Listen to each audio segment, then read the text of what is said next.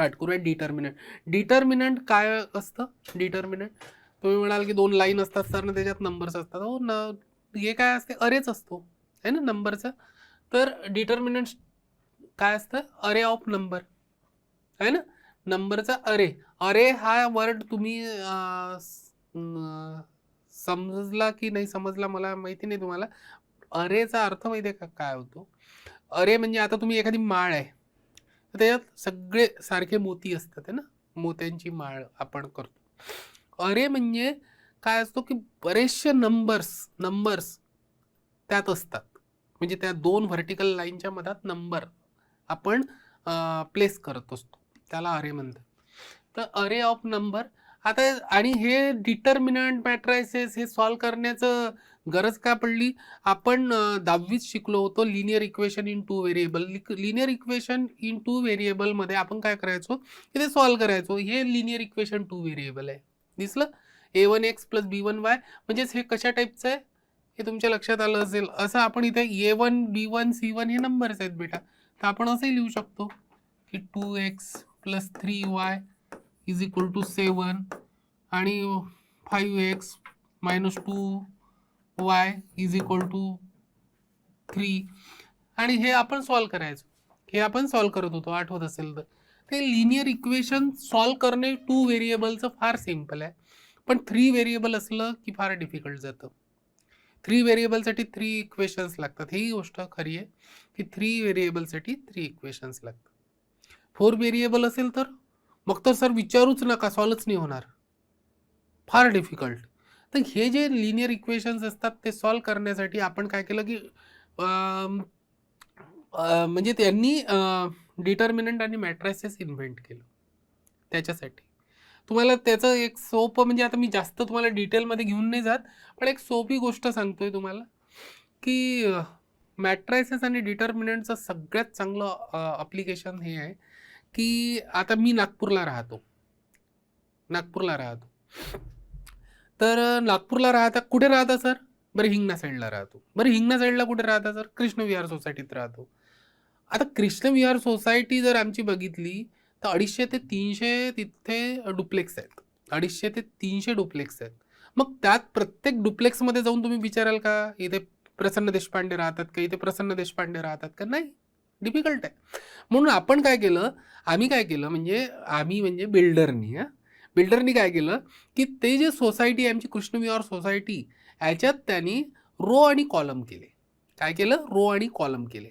म्हणजे माझ्या नंबरचा जर 53 नंबर असेल, माझा हाऊसचा नंबर 53 असेल, तर 5th row 3rd column, 5th row 3rd column.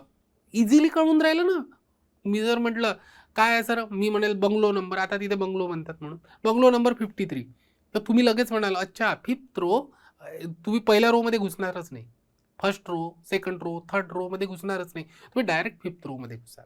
आणि तिथलंही 1st रो सोडूनच द्याल, 1st कॉलम सोडूनच द्याल, 2nd सोडून द्याल, 3rd कॉलमला येईल. म्हणजे एक पर्टिक्युलर नंबर कोणत्या पोझिशनला आहे हे तुम्ही मॅट्रायसेस आणि डिटर्मिनंटने सांगू शकता. गुड मॉर्निंग बेटा. तर कळलं ना तुम्हाला ॲप्लिकेशन? आणि बाकी अदर खूप ॲप्लिकेशन्स आहेत त्याचे मॅट्रायसेस आणि डिटर्मिनंटचे. पण चला आपण न्यूमेरिकल स्टार्ट करूया. तर हे लिनियर इक्वेशन इन 2 व्हेरिएबल जे आहे बेटा, a1x plus b1y plus c1, a2x plus b2y plus c2 is equal to 0.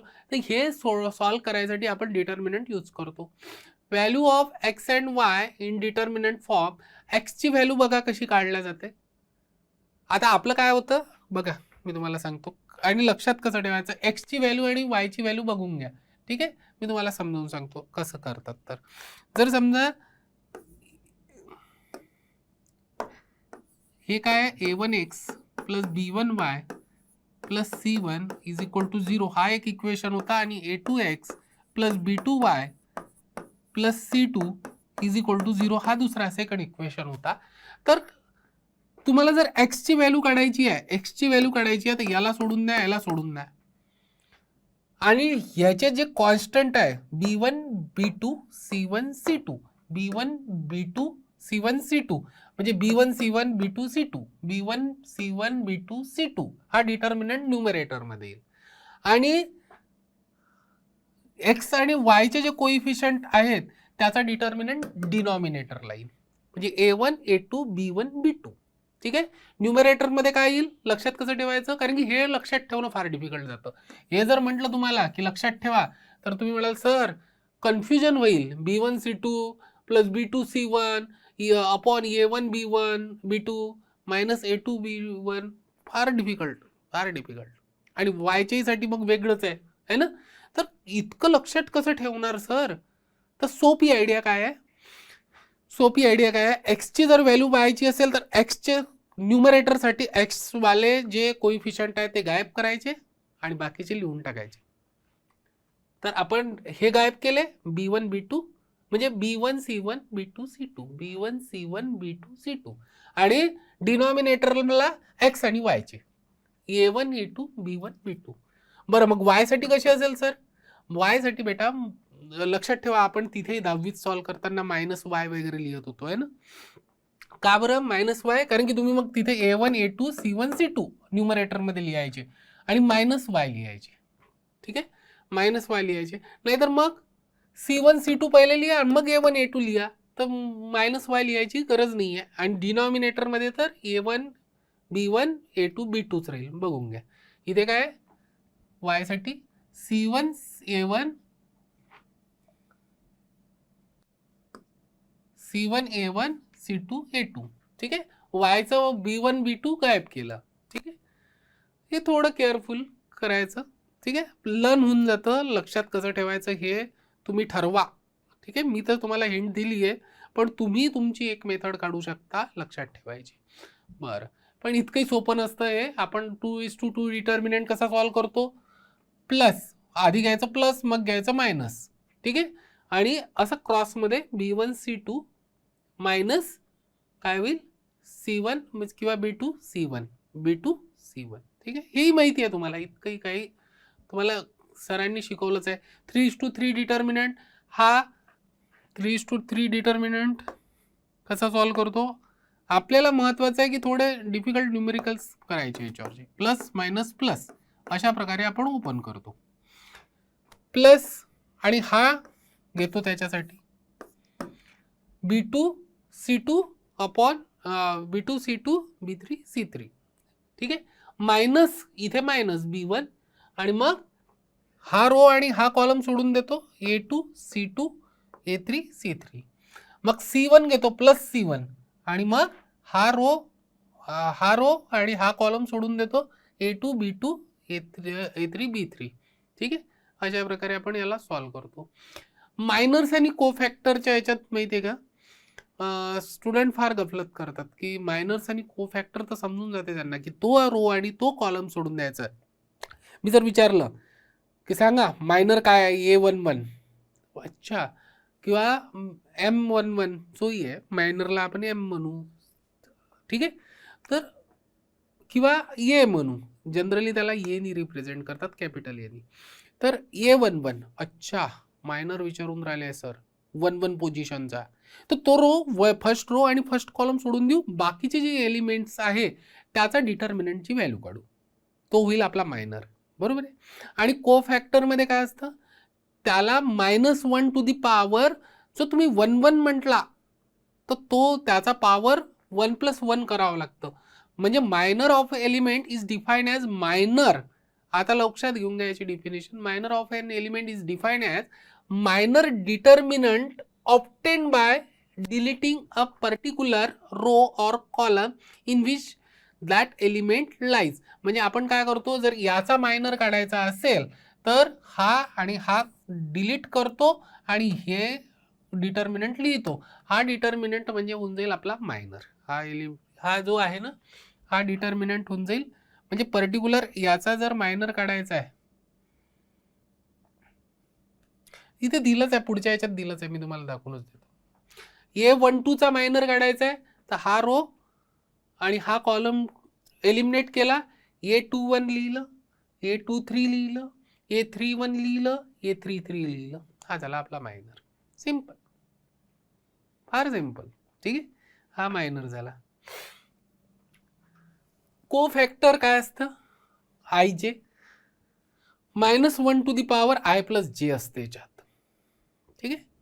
Actually ते काय असते माहिती आहे का, तुम्ही जर एखादा डिटर्मिनंट ओपन केला तर काय करता, एखादा डिटर्मिनंट हे मायनर आणि को फॅक्टरचा डिफरन्स लक्षात घ्या.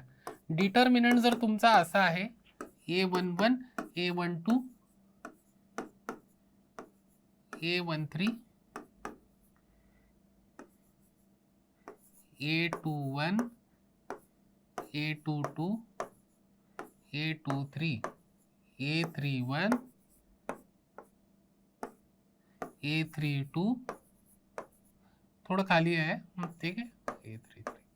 तर हा डिटर्मिनंट जर तुम्हाला ओपन करायला सांगितला तर तुम्ही डिटर्मिनंट कसा ओपन कराल, हा plus minus plus minus plus minus plus minus plus असे सिम्बॉल येतात, अल्टरनेट चालू असते, plus minus plus minus plus minus plus minus plus.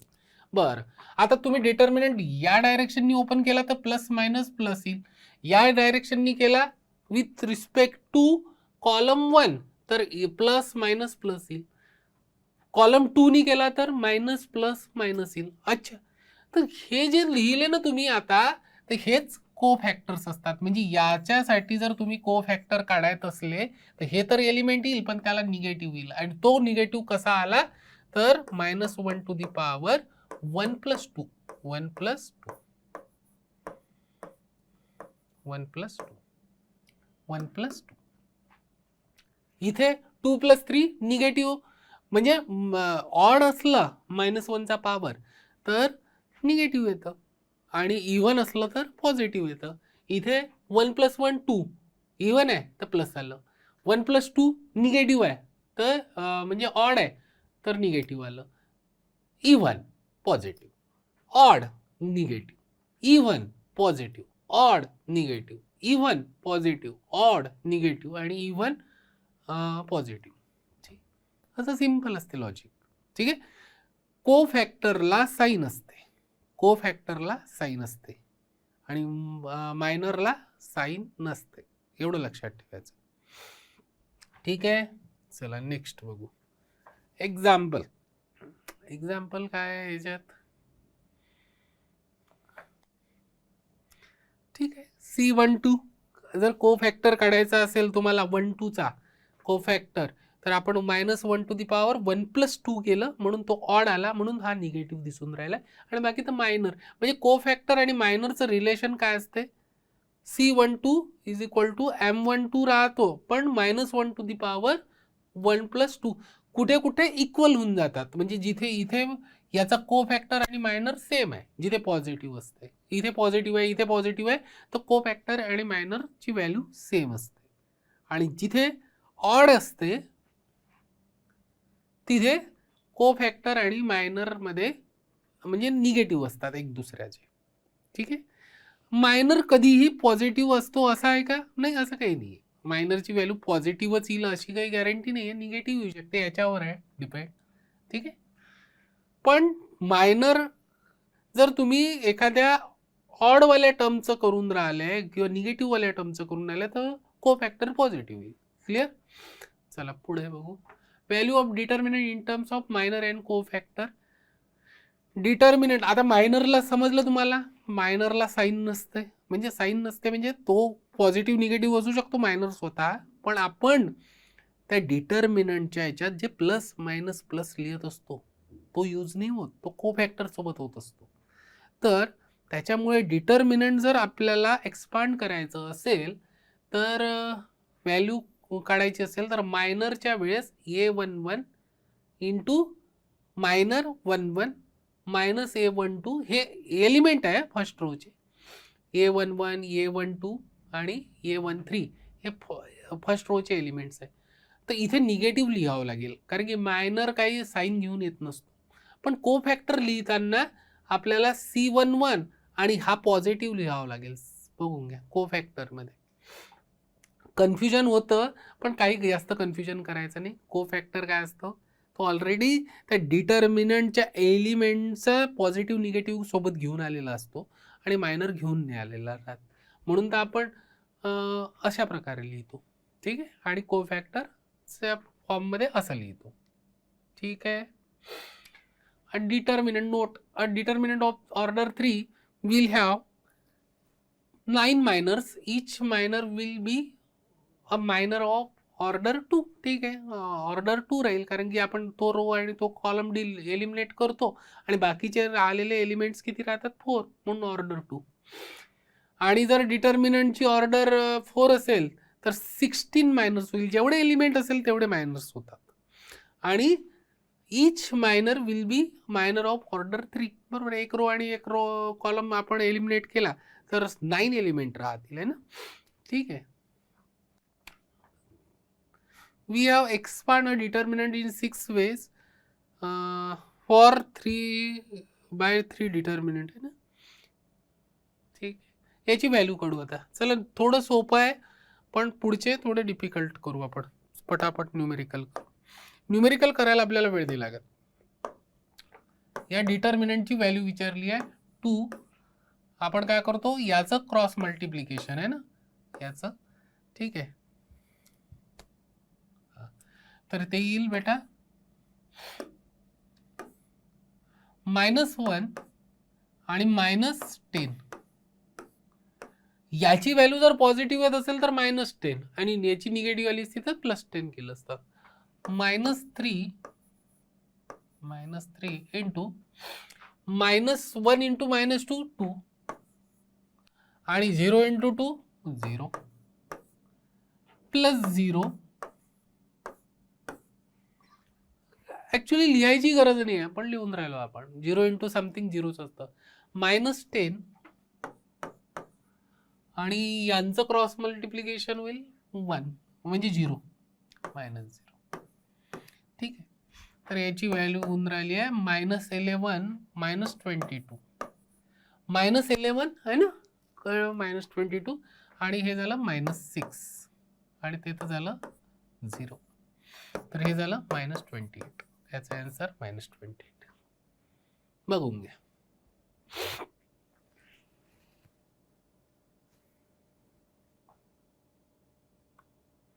ठीक आहे, बरोबर केलाय.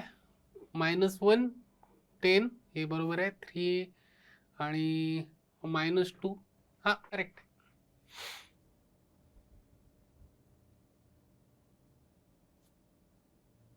ठीक आहे,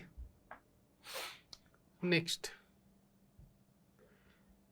सोपे आहेत हे, 1-2 न्यूमेरिकल सोपे घेतले आहेत मी. सुरुवात आहे ना, सुरुवात असल्यामुळे 1 इंटू 8 5 40 -48 -4 इंटू 16 24 +7 इंटू 12 -15. ठीक आहे, हे येऊन राहिलं -8 इंटू 1 -8 आहे ना. हे येऊन राहिलं आहे इथेही -8च येऊन राहिलं आहे. -8 32, कारण की -8 इंटू -4 +32 आणि इथे येऊन राहिलं आहे -3 इंटू 7 -21. ठीक आहे, तर हे किती झाले 20 -29 आणि त्या आन्सर येईल 3. याचा आन्सर येईल 3. बघू. ठीक आहे, सोपं आहे. आता थोडं डिफिकल्ट हो. एक्सची व्हॅल्यू काढायची आपल्याला. काय करायचं आहे, एक्सची. व्हेरी गुड बेटा, 28 तर आन्सर फास्ट दिले सगळ्यांनी. वाव, व्हेरी गुड बेटा. खुशी, सृष्टी आणि सृष्टीने दुसऱ्याचंही आन्सर दिलं 3. करेक्ट आहे, व्हेरी गुड व्हेरी गुड. ठीक आहे, आता हे डिटर्मिनंट आहे याचं बघा तुम्ही थोडं. एक्सची व्हॅल्यू काढण्याचा प्रयत्न करा. ठीक आहे, फास्ट कोणी काढू शकतो का, प्रयत्न करा. मी सॉल्व करतो तोपर्यंत तुमचे आन्सर आले पाहिजे. तर याचं डिटर्मिनंटची व्हॅल्यू काढतो मी. याची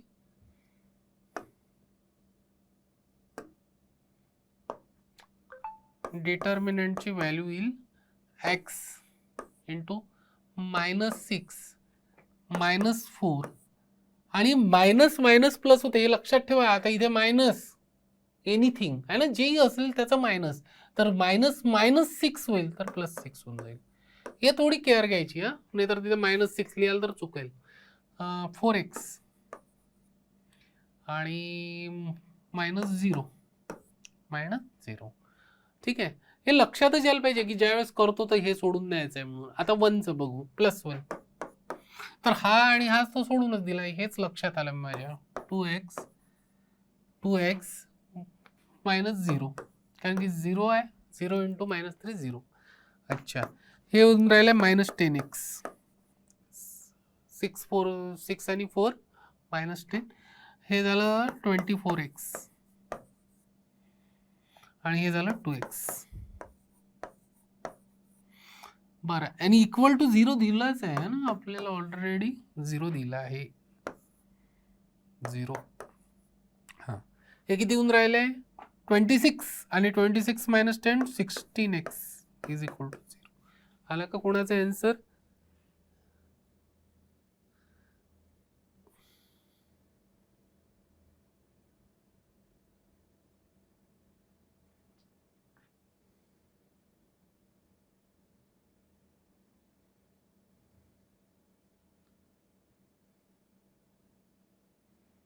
साक्षी, काय तुमचं चालू आहे? आता ते इथे आहे नाहीत म्हणून, नाही तर तुम्हाला ब्लॉक करायला लावलं असतं मी. ठीक आहे, असं माहिती आहे मला, तुम्ही काही काही स्टुडंट असतातच. हां, बाकीचे मात्र तुम्ही हे असे जे डिस्टर्बन्सेस असतात यांच्याकडे लक्ष नका देत जाऊ. तुमचं एम लक्षात ठेवत जा बेटा. मी तुम्हाला 3दा सांगतो ना या गोष्टी, मी मधामधात येत राहतो लेक्चरसाठी आणि तुम्हाला या गोष्टी सांगत राहतो. पण आणि त्या काय असतात, तुम्हाला 10दा सांगावं लागतात, मग तेव्हा ते लक्षात राहतात. कारण की एका याच्यात आपण सुधरत नसतो. मी नव्हतो सुधरत. ठीक आहे. पण या गोष्टी कशा असतात की आपण आपलं एम नाही सोडायचं आहे. एम लक्षात ठेवा. 1 वर्ष राहिली. आता बघा जानेवारीत या जानेवारीपासून फर्स्ट अटेम्प्ट आहे ना जेईई मेन्सचा. तर 1 वर्षांनी तुम्ही अटेम्प्ट देणारच आहात. 1 वर्षांनी आहे ना, तुमचंही राहणारच आहे. त्याच्यामुळे आणि फर्स्ट अटेम्प्टवर जास्त स्कोर जर झाला तर चान्सेस जास्त राहते. मी तर IIT, NITचे चान्सेस जास्त राहतात. बरोबर. तर प्रयत्न करा बेटा, आणि हे डिस्टर्बन्सेस जे आहेत, मला असं करशील का आणि तसं करशील का, तर हे डिस्टर्बन्सेस सोडून द्या. कारण की यांच्याकडे तुम्ही म्हणतात की एक एक्झाम्पल सांगतो हां, आठवलं म्हणून. म्हणतात जर तुम्ही रस्त्याने येणारे जे 100 कुत्रे भुंकत राहतात आपण रस्त्याने चालताना, प्रत्येकाला जर दगड मारत गेले ना, तर काय होईल माहिती आहे का, की तुम्ही कुठे चालले हेच विसरून जाल. म्हणून हे जे भुंकणारे कुत्रे म्हणण्याचा अर्थ की ऑब्स्टॅकल्स असतात. तुम्ही चांगलं कार्य करा ना, वाईट कार्य करा, तुम्हाला 10 जण सपोर्ट करतील. तुम्ही म्हणाल तुम्ही चॅटिंग करा, 10 जण चॅटिंग करायला तयार होऊन जातील. तुम्ही अभ्यास नका करू, तुम्ही म्हणाल मूव्ही पाहायला चला, तर 10 मित्र तयार होऊन जातील. तुम्ही म्हणाल की आज फिरायला जाऊ, तर 10 जण तयार होऊन जातील. का? ते त्या गोष्टी वाईट आहे असं नाही म्हणत मी, पण ते काय ऑब्स्टॅकल्स आहेत. आणि अशा याच्यातनं 10 जण तयार होतात, सपोर्ट करतात. तुम्ही अभ्यासाचं म्हणा की मला अभ्यास करायचा आहे, तर 10 जण तुम्हाला म्हणतील, "अरे, केव्हाही होतो, रात्री जागरण करून घेशील, 1 तास जागून घेशील, उद्या करून घेशील, परवा करून घेशील, एक्झाम तर वेळ आहे, एक्झामला 1 महिना आहे, 1 वर्ष आहे, 2 वर्ष आहे." असे कारणं सांगतील. चांगलं कार्य करायला गेलं की तुम्हाला ऑब्स्टॅकल्स येणारच. ठीक आहे. तर ह्या गोष्टी लक्षात ठेवा. हे जे चॅटिंगमध्ये दिसून राहिलं ना, आता साक्षीचं जेही दिसतंय, तर हे असे ऑब्स्टॅकल्स असतात. हे आहेत ते ऑब्स्टॅकल्स.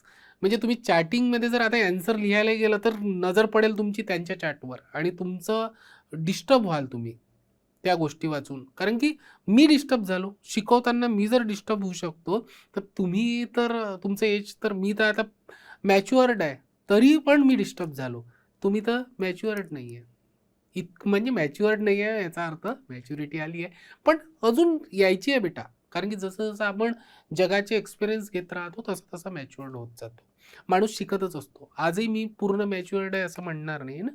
तर या गोष्टी सोडून द्या. हे आता ते त्याच्याच मागे लागल्या.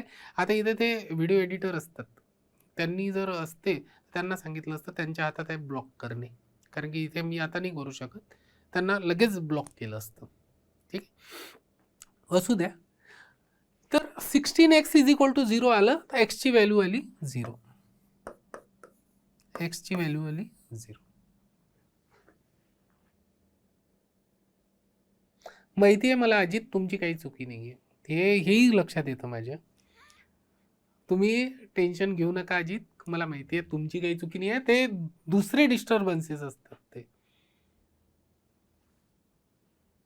हां चालेल, चला साक्षी ब्लॉक झाली, ते चांगलं झालं. ठीक आहे,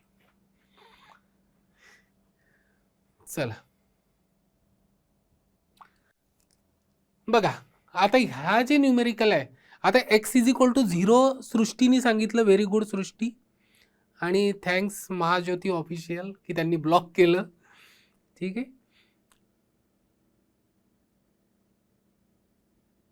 अरे ब्लॉक झालीच नाही आहे काही. ठीक आहे, तर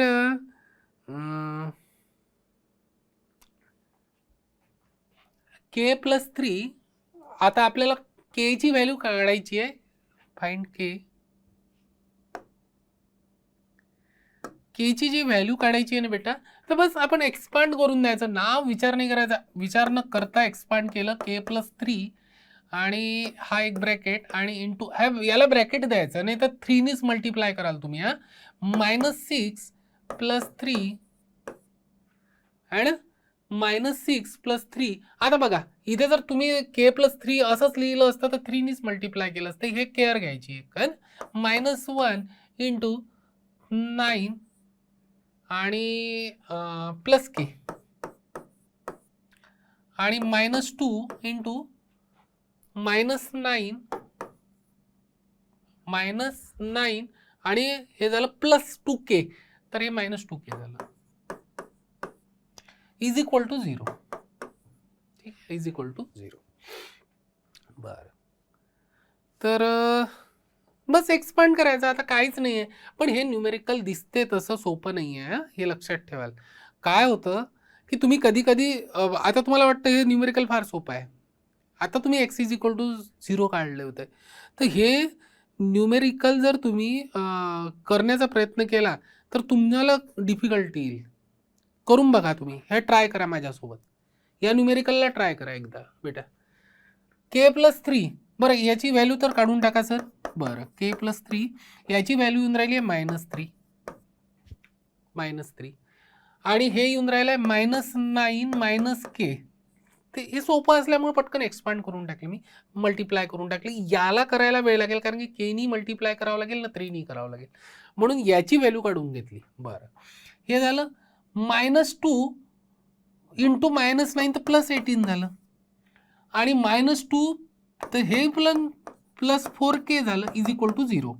बरं, याला मल्टिप्लाय केलं तर -3k, याला मल्टिप्लाय केलं तर -9 -k +18 +4k is equal to 0. Value काढली मी k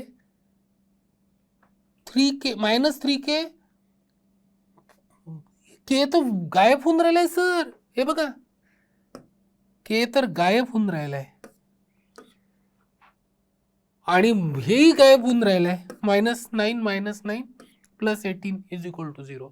आता सांगा मला k ची व्हॅल्यू कोणी सांगू शकते का? मी तुमच्या समोर सॉल्व्ह केलं, सगळ्या व्हॅल्यू 0 येऊन राहिल्या. ॲन्सर सांगा बरं, याचं ॲन्सर.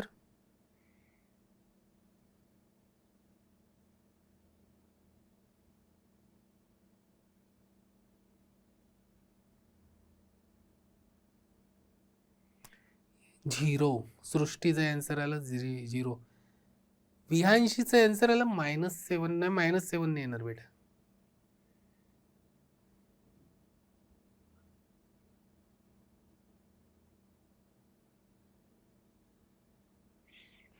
करा बरं, याचं आन्सर सांगा बरं, याचं आन्सर करा बरं बेटा.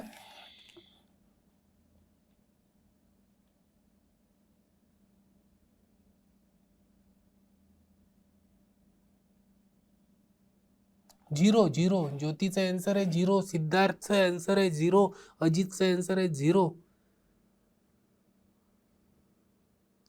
तुमचे आन्सर ऑप्शनच चुकतील, ऑप्शन चुकतील. याचा आन्सर आहे बघा. आता मी काय करून राहिलो आहे, लक्ष द्या शुभम, लक्ष द्या. याचं आन्सर आलं 0K. याचं आन्सर आलं 0K. म्हणजे मी काय केलं हे लक्षात घ्या. हा, मी काय केलं, -3K म्हणजे -3 -1 + 4 × K प्लस याचं आन्सर तर 0 आलं = 0. म्हणजे मला आन्सर आलं, माझं आन्सर आलं 0 × K + 0 = 0.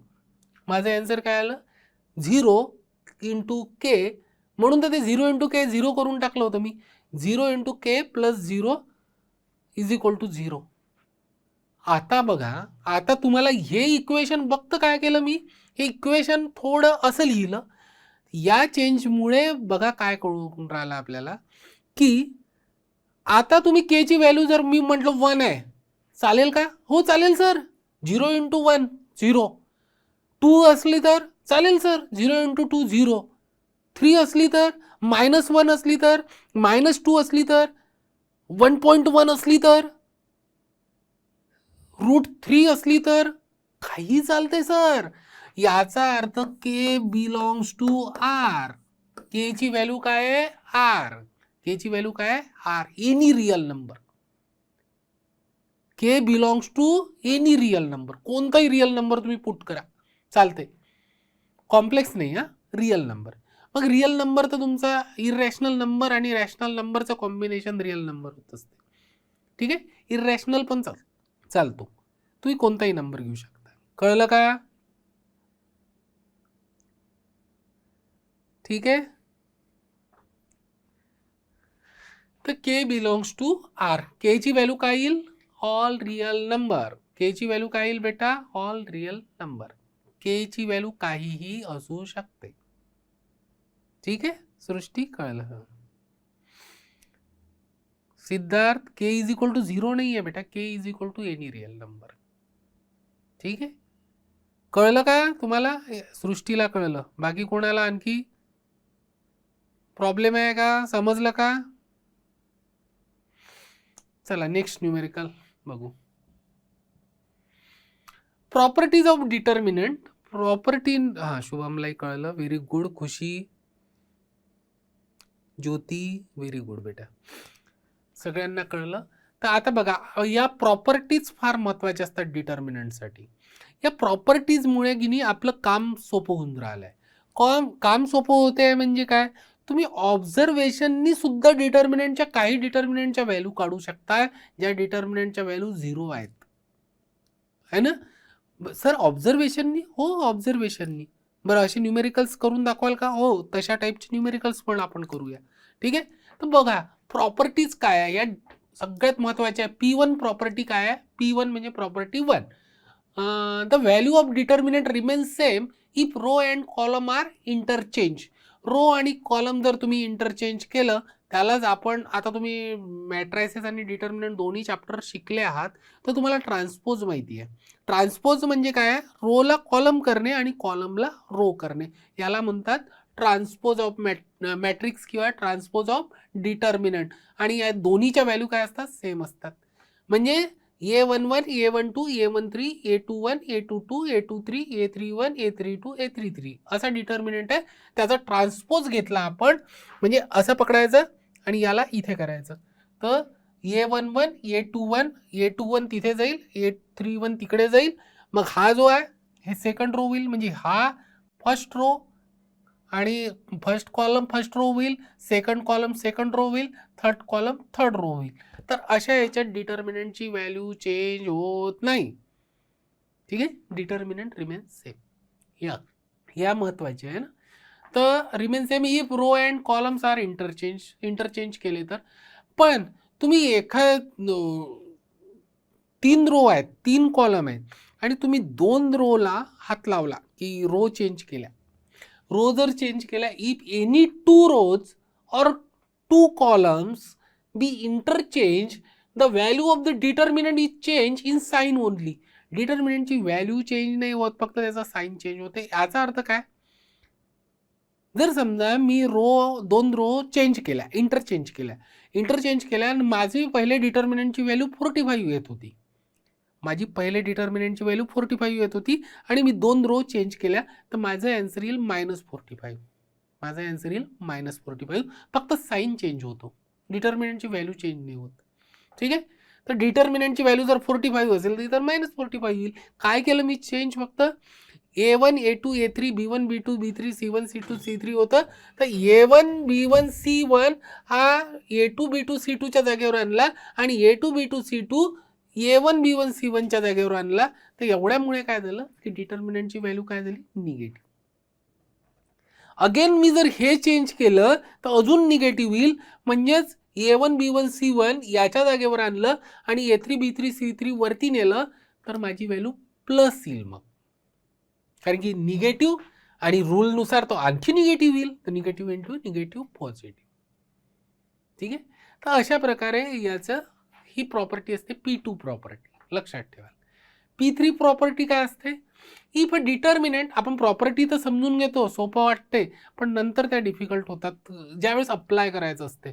If a determinant has only 2 rows, has any 2 row or column same, then its value is 0. म्हणजे जर 2 रो आणि 2 कॉलम जर सेम असेल एखाद्या डिटर्मिनंटमध्ये, तर त्या डिटर्मिनंटची व्हॅल्यू बाय ऑब्झर्वेशनच 0 म्हणायचं. सॉल्व करत बसायची गरज नाहीये. 2 रो आणि 2 कॉलम. ठीक आहे. तर बघा, A1 B1 C1 आणि A1 B1 C1 row first row मध्ये आहे A1 B1 C1 आणि सेकंड रो मध्ये पण आहे A1 B1 C1. तर या डिटर्मिनंटची व्हॅल्यू 0 असते. काय असते? 0. ठीक आहे. क्लिअर बेटा?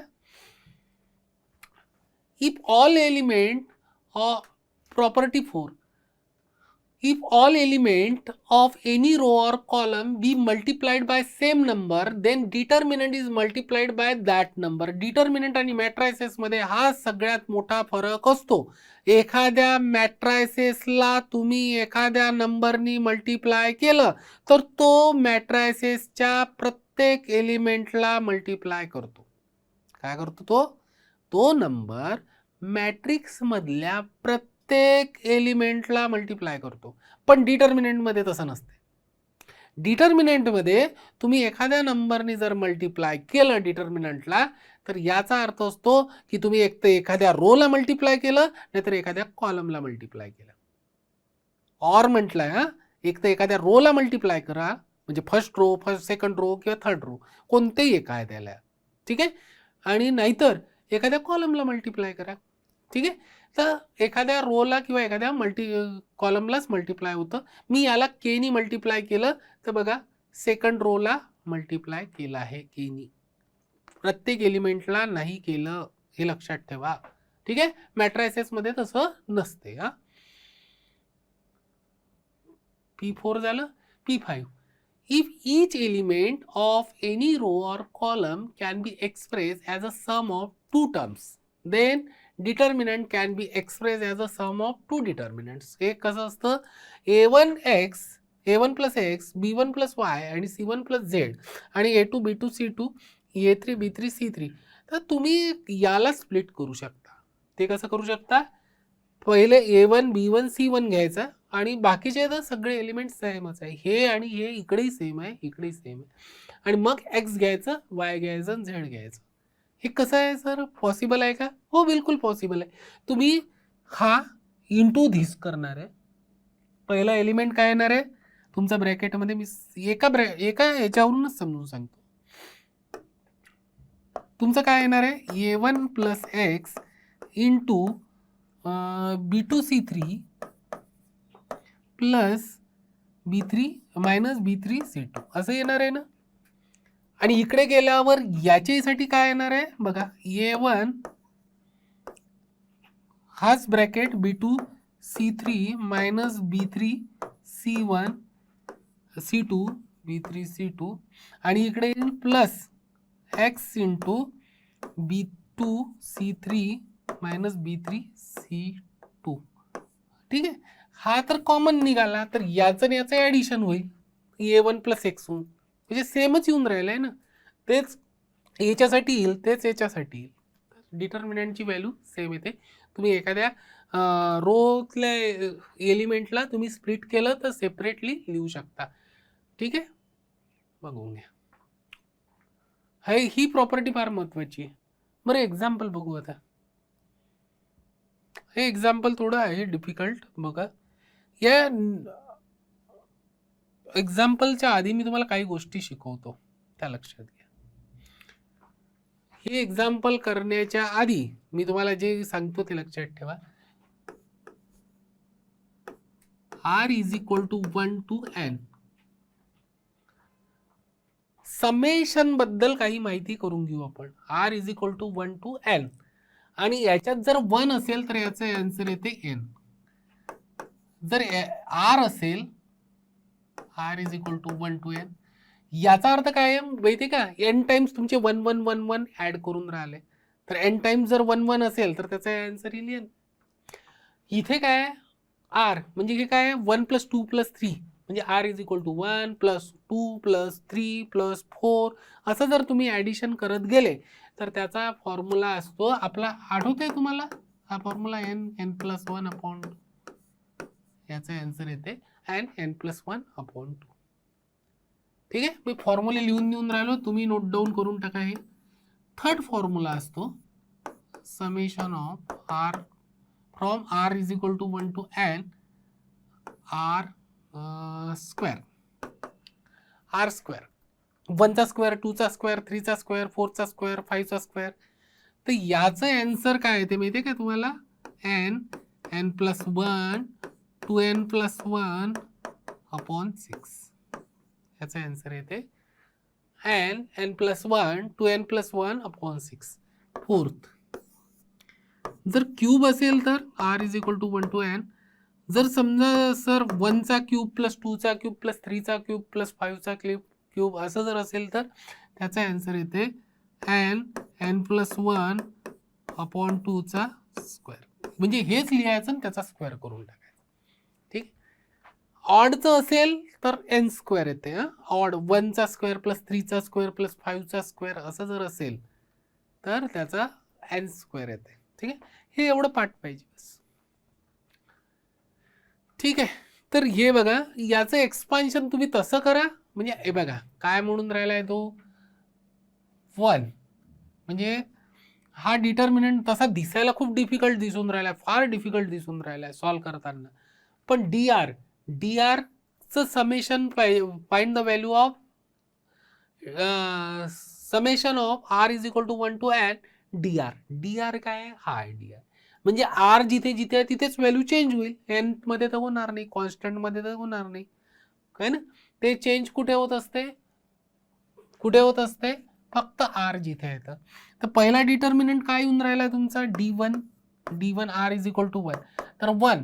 तर अच्छा, R ची व्हॅल्यू काय पुट केली तुम्ही इथे 1, तर इथे 1 पुट केली तर काय येऊन राहिलंय डिटर्मिनंट 1x. आणि हा जसाच्या तसा ना, मी हे लिहितच नाही, पहिल्या याच्यात लिहून देतो, नाही तर राहू दे. हा, इथे काय येऊन राहिलं 1 पुट केलं तर 2 + 1, 2 × 1 2 -1, तर इथेही 1 येऊन राहिलं. इथे 3 × 1 मायनस, तर इथेही 1 येऊन राहिलं, इथेही 1 येत आहे, इथेही 1 येत आहे, आणि हे झालं YZ, आणि हे जसेच्या तसे.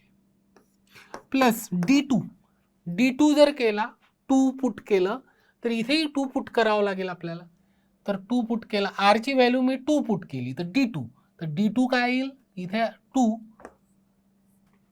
इथे 2 × 2 4, 4 - 1 3, 3 2 जा 6, 6 - 2 4, आणि XYZ चाललो आपण, आहे ना. ठीक आहे, तर अशा प्रकारे हे येईल. म्हणजे इथे काय होऊन राहिलं आहे, तुमच्या एक लक्षात आलं का? मी तुम्हाला एक अजून काढून देतो. समेशन ऑफ 1 + 3 + 5 म्हणजे 1 + 3 + 5 प्लस ऑड मध्ये जर असेल एन टर्म्स तर याची व्हॅल्यू माहिती आहे का काय येते? n². ठीक आहे, याची व्हॅल्यू येते n². ठीक आहे, याला म्हणतात. बरं, याला रिप्रेझेंट कसं कराल? Summation of r = 1 to n आणि हे असतं 2r - 1. हा ऑड रिप्रेझेंट करण्याची पद्धत आहे बेटा. r = 1 बघा ना, व्हॅल्यू पुट करून बघा. r = 1, 2 - 1 1, 2 पुट केली तर 4 - 1 3, 3 पुट केली तर 6 - 1 5 आहे ना. तर याचा आन्सर येते n². तर झालं ना. तर तुम्ही काय केलं, हे जर सेम आहेत, आता रूल जो बघितला तुम्ही, हा आणि हा कॉलम सेकंड आणि थर्ड कॉलम सेम आहे, तर फर्स्ट आणि सेकंडची ॲडिशन होईल. म्हणजे 1 + 2 + अप टू n पर्यंत जाईल. म्हणजे ते काय येईल? पहिले येईल 1 + 2 + असं n पर्यंत. ठीक आहे, कारण की r = 1 to n पर्यंत जाणार आहे. बरं, इथे काय येईल? 1 + 3 + 5 असं होईल. बरोबर आहे. याच्यात काय होईल? n terms. n टर्म्स लक्षात ठेवाल. हां, इथे काय होईल? 1 + 4 आणि तिसरी व्हॅल्यू एक काढून घेऊ आपण. काय येऊन राहिली तर 3 साठी काय येऊन राहिली? 9. 3 साठी 3 3 जा 9, 9 - 2 7 येऊन राहिली आहे ना. हा, 7 येऊन राहिली. ठीक आहे, आणि इथे काय येऊन राहिली? 3 2 जा 6, 6 - 1 5. ठीक आहे, हे 5 तर काढलीच होती मी. हे येऊन राहिली 7. बरोबर आहे, अशा येऊन राहिल्या. ठीक आहे, n टर्म्स. तर याची जी व्हॅल्यू आहे ना, याच्यावरून लक्षात येते तुमच्या. कशी येईल सर? सिंपल आहे. याची व्हॅल्यू येईल, याच्या जागेवर तुम्ही लिहाल n. का बरं? बघा, याच्या जागेवर लिहाल तुम्ही n + 1/2. का बरं? 1 2 अप टू n. हे बघा sir, r summation of r = 1 to n. याची व्हॅल्यू येत असते सर n + 1/2. आताच फॉर्म्युला सांगितला. अच्छा, हा फॉर्म्युला येऊन राहिला. बरं, याचे समेशन काय येतं? Summation of 2r - 1 r = 1 to n. याची व्हॅल्यू काय येते? आत्ताच बघितली ही. हे सेम आहे म्हणजे 1 + 3 + 5. तर याची व्हॅल्यू येत असते n². तर याची व्हॅल्यू काय येईल? n². बरं, याची काय येईल? 3r - 2. तर 3r - 2 असं थोडं डिफिकल्ट होऊन राहिलंय ना. हे डिफिकल्ट होऊन राहिलंय तुमच्यासाठी. तर मी तुम्हाला याच्यासाठी अजून एक सोपं सांगतो. 3 बाहेर काढा. Summation of r = 1 to n आणि r - 2 समेशन ऑफ 1 लिहावंच लागेल. r = 1 to n. कारण की कॉन्स्टंट असला तर नुसता काढायचा नाही, तिथे 1 लिहायचा आहे. हा 1. बरोबर आहे. तर याची व्हॅल्यू काय येऊन राहिली आपण बघू. 3 rचं येतं n + 1/2 आणि हे येईल -2n. याची व्हॅल्यू आता आपण अजून सॉल्व करू. इथेच करू, जाऊ द्या. तुम्हाला तिथच्या तिथेच याची आणि याच्या व्हॅल्यू तर मी तुम्हाला तिथच्या तिथेच सांगितल्या, तसं याची सांगून देतो.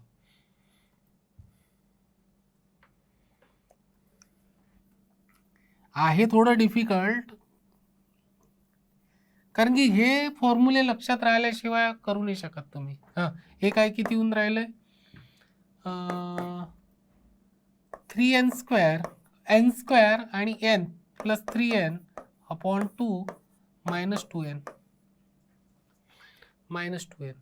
अच्छा, असं येऊन राहिलंय. तर हे येऊन राहिलंय 3n² + 3n - 4n. आपण काय फॉर्म्युला टाकला, बस याचा फॉर्म्युला टाकला, याचा फॉर्म्युला टाकला आणि सॉल्व करत चाललोय. /2.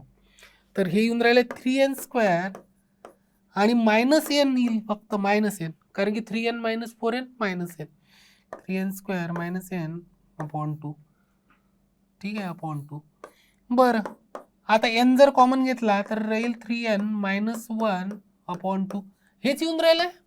एन इंटू 3n-1/2 आलं ना, सेम आलं. याची पण व्हॅल्यू काय येऊन राहिली आहे, समेशन ज्या वेळेस केलं n 3n-1/2.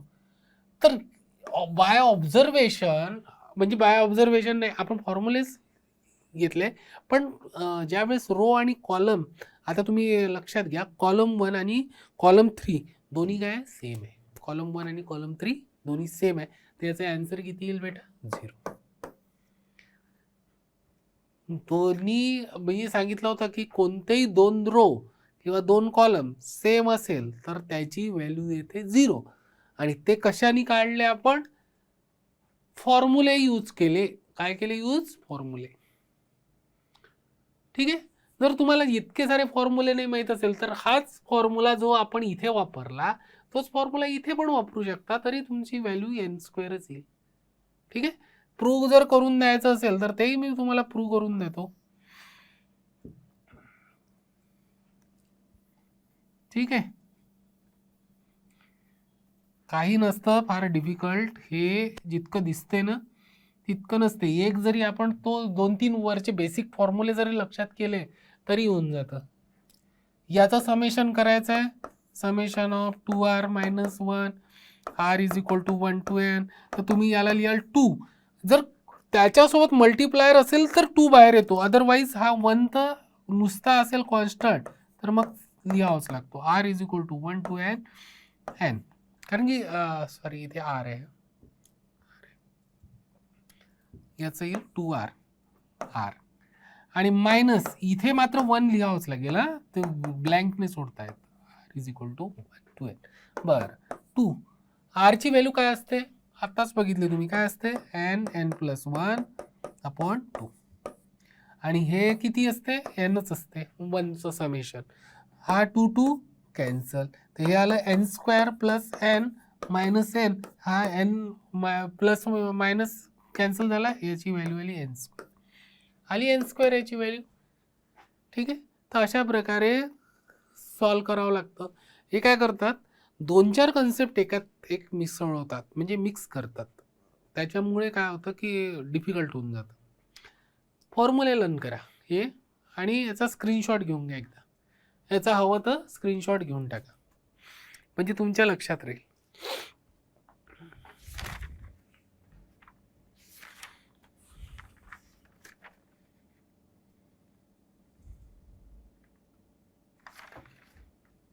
ठीक आहे. मला वाटतं एक प्रॉपर्टी राहिली आहे, ते बघून घेऊ.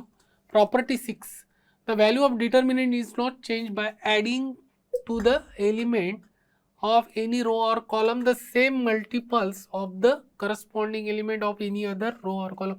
याचं जर पाहिलं तुम्ही, हे बघा, आपण जर डिटर्मिनंटची व्हॅल्यू चेंज नाही होत, तर r1 changes to r1 plus lambda something आहे ना, तुम्ही लॅमडाची व्हॅल्यू काही घेऊ शकता, रिअल नंबर्स आहे, म्यू पण रिअल नंबर आहे, तर lambda into r2 plus mu into r3 असं जर केलं तर डिटर्मिनंटची व्हॅल्यू चेंज होत नाही. मॅट्रायसिसमध्ये आपण बघितलंय, व्हॅल्यू चेंज नाही होत. ठीक आहे. असं जर केलं तर डिटर्मिनंटची व्हॅल्यू चेंज होत नाही. नवीन जो डिटर्मिनंट मिळाला त्याची आणि याची व्हॅल्यू सेम असते. ठीक आहे. Reminder theorem, any polynomial px when divided by x - alpha then remainder will be p alpha. लक्षात ठेवाल की याचं असंच असतं, p अल्फा रिमाइंडर, हे माहिती आहे रिमाइंडर थेरम. आणि P alpha is equal to 0 असेल तर हा फॅक्टर होऊन जाईल, x - अल्फा.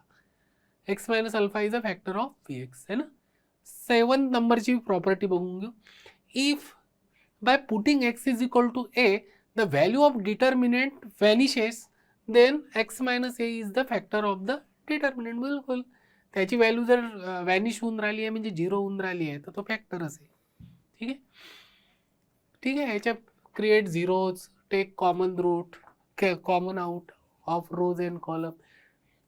डिटर्मिनंट सॉल्व करताना आपण झिरोजवर जास्त भर देतो की झिरोज झाले पाहिजे, म्हणजे 2-3 जरी झिरोज मिळाले ना एका रो मध्ये किंवा एका कॉलम मध्ये तर डिटर्मिनंट एक्सपांड करणे फार किंवा त्याची व्हॅल्यू काढणे फार सोपं होऊन जातं.